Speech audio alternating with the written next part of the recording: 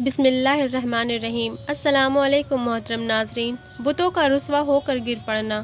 اب گھنٹے، شنکھ اور سانج بھی بجنے لگے تھے۔ ہر بت پتھر کے چبوترے پر گڑا تھا اور ہر بت کے سامنے اس کا پجاری بیٹھا تھا۔ تمام بتوں کے سامنے بہت سے لوگ سجدوں میں پڑے ہوئے تھے۔ ابو طالب، ابو لہب، حمزہ اور عباس خانہ کعبہ کی چھت پر چڑھ کر ہبل کے سامنے جا پڑے تھے۔ بت پرستی کا ایسا منظر شاید ہی کسی کے نظر سے گزرا ہو۔ ابھی یہ لوگ سجدے ہی میں پڑے ہوئے تھے کہ تیز ہوا کے جھونکے چلنے لگے۔ ہوائیں ریت کے ذروں کو اٹھا اٹھا کر اڑانے لگی۔ اب سورج نکل کر کچھ اونچائی پر جا چکا تھا۔ دھوپ چاروں طرف پھیل گئی تھی، پر آج دھوپ میں وہ تیزی، وہ چمک اور وہ گرمی نہیں جو ہر دن ہوتی تھی، بلکہ روز سے بھی زیادہ دھوپ پھیکی پھیکی سی لگ رہی تھی۔ لوگوں نے سجدے سے سر اٹھایا اور خاموش ہاتھ باندھے کھڑے ہو گئے۔ ابھی یہ لوگ کھڑے ہی ہوئے تھے کہ ہوا میں اور تیزی آ گئی۔ سبھی نے گھبرا کر آسمان کی طرف دیکھا۔ آسمان لال انگارہ ہو رہا تھا، جیسے اس میں آگ لگ گئی ہو اور باغ کے سیلوں نے اسے لال بنا دیا ہو۔ لوگ حیرت اور غور سے آسمان کو دیکھنے لگے۔ دیکھتے ہی دیکھتے آسمان کا رنگ لال سیاہی میں بدلنے لگا، بالکل اس طرح جس طرح آگ کے بعد دھوئیں کے گول گول ماحول اندھیرا بنا دیتے ہیں۔ اس منظر کو دیکھ کر اربوں کے حواس جاتے رہے۔ وہ ایک بار پھر اپنے بتوں کے سامنے سجدے میں گر گئے۔ سبھی گھبرائے ہوئے تھے، ڈرے اور سہمے ہوئے تھے۔ پجاریوں نے تھوڑی بلند آواز سے کہا، رو، گڑ گڑاؤ، بتوں کے پجاریوں خوب رو، بتوں سے اس بلا کو دور کرنے کے لیے دعا مانگو۔ رونے کی ایک عام آواز بلند ہوئی۔ لوگ چیخنے اور چلانے لگے، رو رو کر بتوں سے اس بلا سے بچے رہنے کی التجائیں کرنے لگے۔ ہوا اتنی تیز ہو گئی تھی کہ کھڑے ہوئے جھٹکا کھا کر گرنے لگے تھے۔ سورج جیسے چھپ گیا تھا، دن رات میں بدل چکا تھا، کوئی چیز نظر نہ آتی تھی۔ ہوا کے تیز جھونکے ریت کے ڈھیر لا لا کر الٹ دیتے تھے۔ ابو طالب اور ان کے بھائی جو خانہ کعبہ کی چھت پر تھے، چبوترے کے نیچے پڑے ہوئے تھے۔ ابو لہب نہ جانے کیسے ان سے الگ ہو گئے۔ ہوا نے اسے اٹھایا اور چھت سے نیچے گرا دیا۔ اس نے خوفناک چیخ ماری، پر اس کی آواز چیخوں کی آواز میں گم ہو کر رہ گئی۔ مکے پر اللہ کا قہر۔ مکے پر قہر الہی نازل ہو رہا تھا۔ بچے اور بوڑھے سب کے سب چیخ اور چلا رہے تھے، رو رو کر اپنے معبودوں سے التجائیں کر رہے تھے، پر ان کے معبود پتھر کے تھے، وہ کچھ نہ سنتے۔ لوگوں کی گھبراہٹ بڑھ رہی تھی، ان کے دل کانپ رہے تھے، یہاں تک کہ وہ چیخ چیخ کر رونے لگے۔ اللہ کو ان کی آواز پر رحم آیا۔ تیز ہوا کے جھونکے کم ہونے لگے، اندھیرا چھٹنے لگا، اجالا بڑھنے لگا۔ تھوڑی ہی دیر میں ہوا تھم گئی، گرد اور دھول چھٹ گئی، سورج چمکنے لگا۔ اربوں کی جان میں جان آئی، وہ اٹھ کھڑے ہوئے۔ ابھی یہ لوگ کھڑے ہی ہوئے تھے کہ پشچم کی اور سے ایک عجیب قسم کی روشنی اور چمک دیکھی۔ لوگوں کی حیرانی بڑھ گئی۔ اس سے پہلے انہوں نے ایسی روشنی نہیں دیکھی تھی اور نہ ایسی چمک۔ ابھی وہ حیران ہی ہو رہے تھے کہ ایک بوڑھے نے بلند آواز سے کہا، اے شریف اربوں، تم نے اس روشنی اور چمک کو دیکھا، آؤ میں تمہیں بتاؤں کہ کیا بات ہے۔ سب لوگ اس طرف دوڑ پڑے۔ بوڑھا ایک اونچے چبوترے پر بیٹھ کر کہنے لگا، سب خاموش ہو جاؤ، ایسے خاموش کہ میری کمزور آواز تم میں سے ہر آدمی سن سکے۔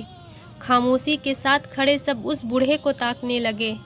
اس بیچ ابو طالب اور ان کے بھائی بھی خانہ کعبہ کی چھت سے اتر کر بوڑھے کے قریب آ کھڑے ہوئے۔ اس وقت بیت الحرام میں مرگھٹ جیسی خاموشی چھائی ہوئی تھی۔ ہر آدمی چپ چاپ کھڑا بوڑھے کو دیکھ رہا تھا۔